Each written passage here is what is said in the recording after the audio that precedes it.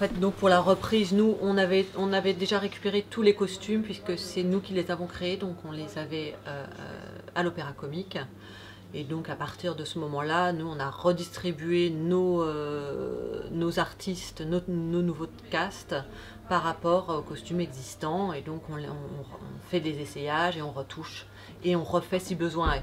Donc ça, on essaye de le faire très en amont, pour voir un petit peu quel budget, quels sont les dégâts, combien du coup, combien de couturières il faut engager, etc. Le nombre de tissus, de fournitures qu'il faut.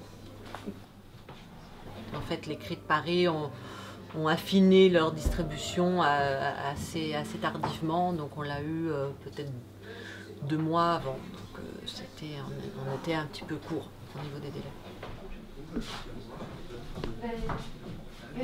On avait le nouveau cast par contre pour les solistes très tôt, très en amont, donc on en avait déjà parlé, comme on s'était vu déjà avant, on en a parlé rapidement, savoir si on refaisait, est-ce qu'on adaptait, est-ce qu'on faisait par exemple, on a l'exemple de Rigobert qui a un rôle, à Lausanne, c'était un jeune chanteur qui était qui avait du ventre naturellement, qui était très rond, donc on a la photo là.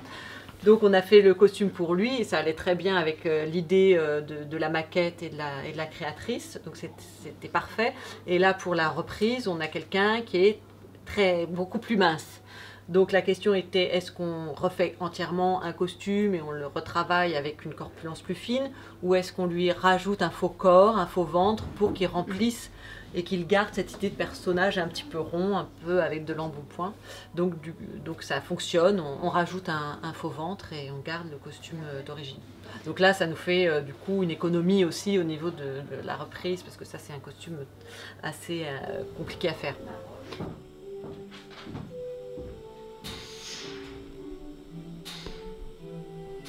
Avec donc Vanessa Sanino qui est la créatrice, ça fait la 3e fois qu'on fait une création avec elle, donc on a bien l'habitude de travailler ensemble, donc c'est très clair. En fait, ces maquettes, quand vous regardez ces maquettes, elles sont vraiment très explicites et c'est au détail près. Ces maquettes, c'est ce qu'elle veut en face, et par exemple, si elle a un doute sur les proportions, elle va vraiment calculer à l'échelle. C'est vrai que l'univers de Vanessa, il est très riche, il est très créatif, ils s'entendent très bien avec Jérôme, donc ils sont vraiment dans les mêmes délires,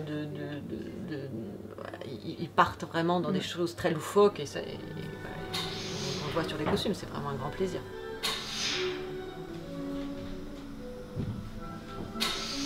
À partir du moment où on a les maquettes, on en discute avec le créateur, on essaye de voir, parce que nous on voit des fois certaines choses et puis eux les voient autrement, ou des fois les maquettes ne sont pas explicites, on n'a pas de couleur, ou on n'a pas de maquette aussi, hein, on peut avoir des iconographies, des photos, des choses comme ça.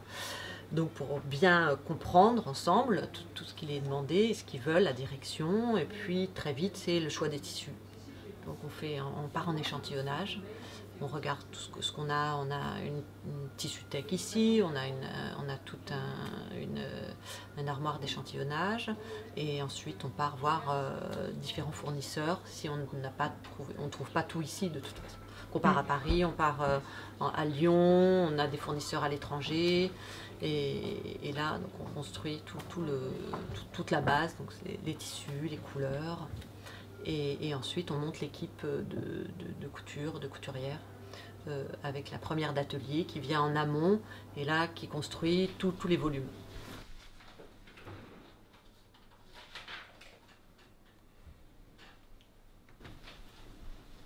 En général, enfin nous on aime bien qu'elles suivent, que le créateur suive les tournées quand ça part, mais des fois il n'y a pas du tout le budget, les coproducteurs ou ceux qui reprennent le spectacle n'ont pas envie de voir le créateur, n'ont pas le budget pour, puis des fois les créateurs n'ont pas le temps de suivre, voilà, ça dépend. Là on a la possibilité que la créatrice suive et elle a envie de le faire. Bon, bah super, moi j'ai tout. moment que mes pas, mes scellés, ridicules, c'est vraiment mon frère, mon regard, je suis voyé,